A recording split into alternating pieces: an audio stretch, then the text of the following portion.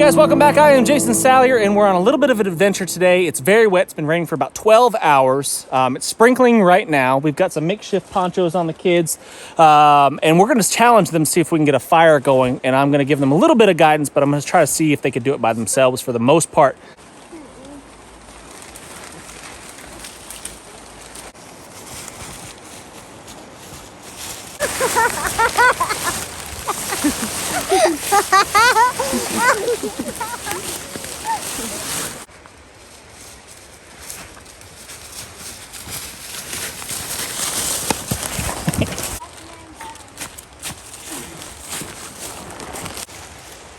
Mom, the spikes went inside the mom.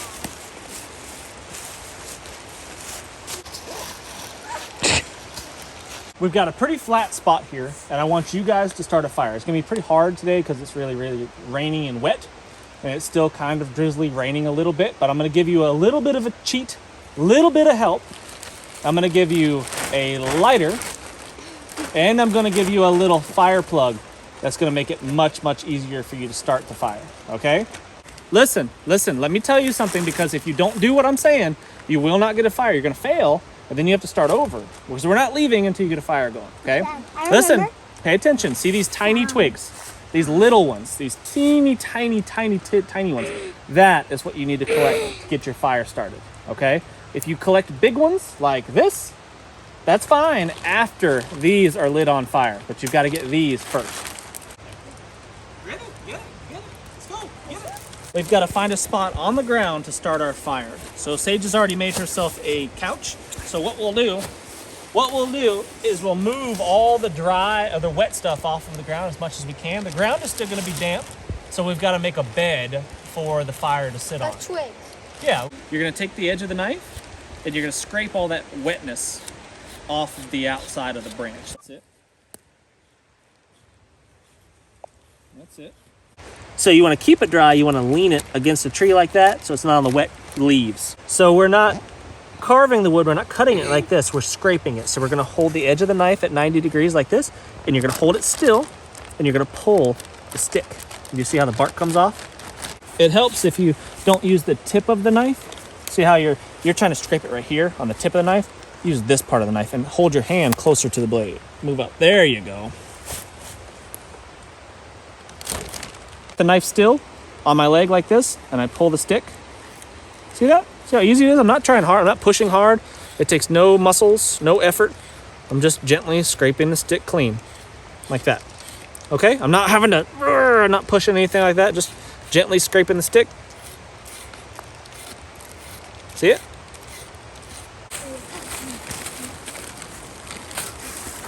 So you can make the bed with these twigs now. You break these sticks in half, like this.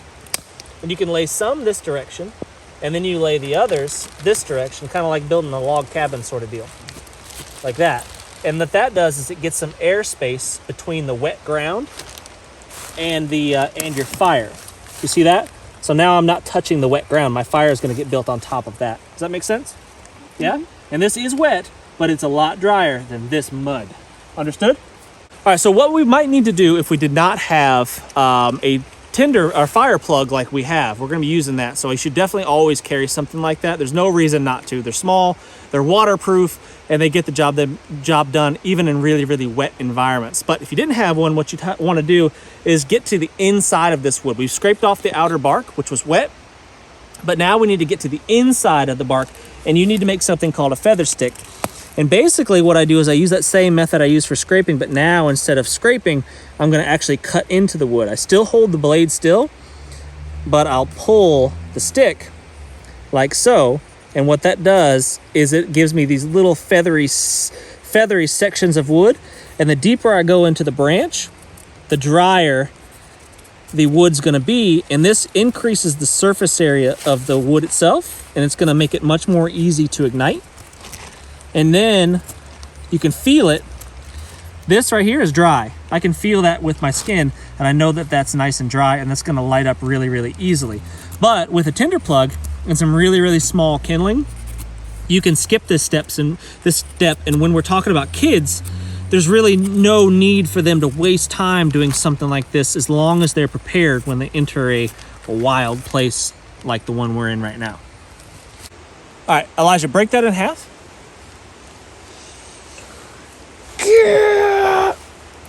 Twist it, tear it. Fuzz it up with your fingers. Yeah, just pull those hairs apart. There you go. That's gonna make it easier to light. Okay, do you wanna light it or do you wanna light it? Who wants to? Me. Oh, Sage wants to light it. So Scarlett, give her the lighter. See how I'm tearing this thing apart with my fingers? The more I do that, the easier it's going to be for me to light this thing on fire. If I use the whole one, you don't always have to use the whole one. Usually you don't. But if you use the whole one, it'll burn a long time and it'll make it easier for you to dry out this wet kindling. So Sage, can you light that without knocking everything everywhere? Think you can do that? And then you, Scarlett, are going to put this gently on top of it. Put it down. There you go. Now, Scarlett's going to gently put that on top. Whoa. Gently. So you got to be very careful when the fire is small. So let's leave that alone. And let it burn. Another good tip, guys, on your lighters. Most of you probably know this, but just in case, make sure you remove the child safety thing on lighters. Those things are ridiculous. Teach your kids how to use lighters and the proper use of lighters so they won't catch your house on fire, but remove that child safety thing if you expect your kids to be able to use it. Wait, Rain's coming. The whole thing, and do it very gently on top of it. Always remove the child safety thing off your lighter if you expect your kids to be able to do it. Keep it in an Exotech fire sleeve like this. It's a good idea to lanyard the cap to there. I didn't do that yet, but I will, just so the kids don't lose it. But this is going to keep it waterproof and to make sure it's always working, and it's not going to drain any fluid out. The other thing is always keep one of those little fire plugs. The Wazoo fire plugs are the best ones that I've used. They are completely waterproof. You could soak it in the creek for a day, pull it out, and it will light right up once you tear it apart. If you have those two things, a lighter with a good waterproof sleeve on it and a tinder plug or fire plug, you will be able to get a fire. Even a 7-year-old little girl can get a fire going, no problem. In wet weather, you've got to be very gentle with the fire. You've got to be really cautious with it. Treat it like it's a delicate little flower and you can't smush it. You got to be real careful with it. It's got to have good oxygen flow. Be patient with it. Make sure it's so it can dry out the wood. But without that tinder plug, that little fire plug, it'd be really, really hard to get a fire going right now. It would take a lot longer to prepare the wood. You'd have to scrape all these sticks. You'd have to make a whole bunch of feather sticks, or you'd have to scrape all the bark off of all this. It'd be much more difficult. Lift it up, give it some air, and watch the flame. Does it grow when you do that, or does it get smaller when you do it?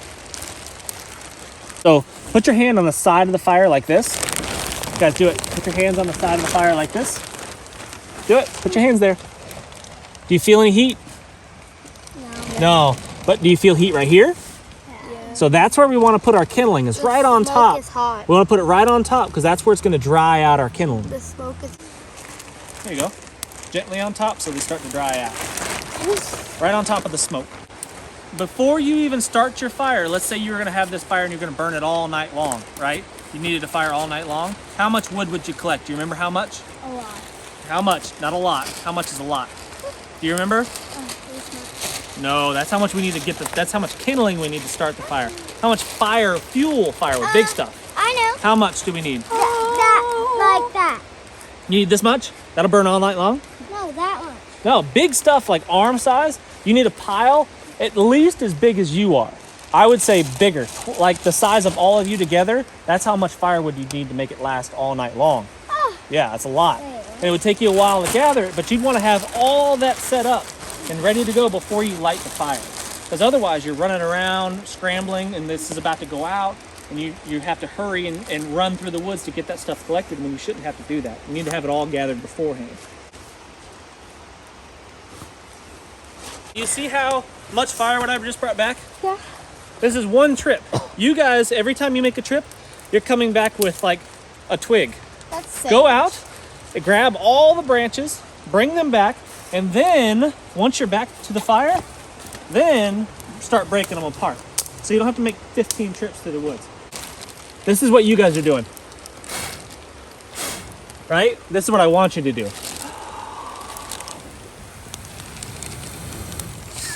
You see the difference? See how much more air it gets to the fire? Much more heat. Guys, now that we have a fire like this that's burning really, really well, successfully, it's burning by itself. You don't have to baby it.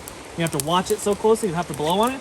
Now you would be needing to put on bigger firewood, like arm size stuff, like big fuel stuff that's going to burn a long time. Yeah, okay? but we don't have any of that. We're not going to do that right now because we're going to let this fire go out, but that's what you would want next. So, hey guys, thanks so much for watching. Make sure you hit that thumbs up, subscribe if you haven't done so already. Leave us a comment, any comment, doesn't matter at all. I'd be really grateful for that, and we'll see you on the next one.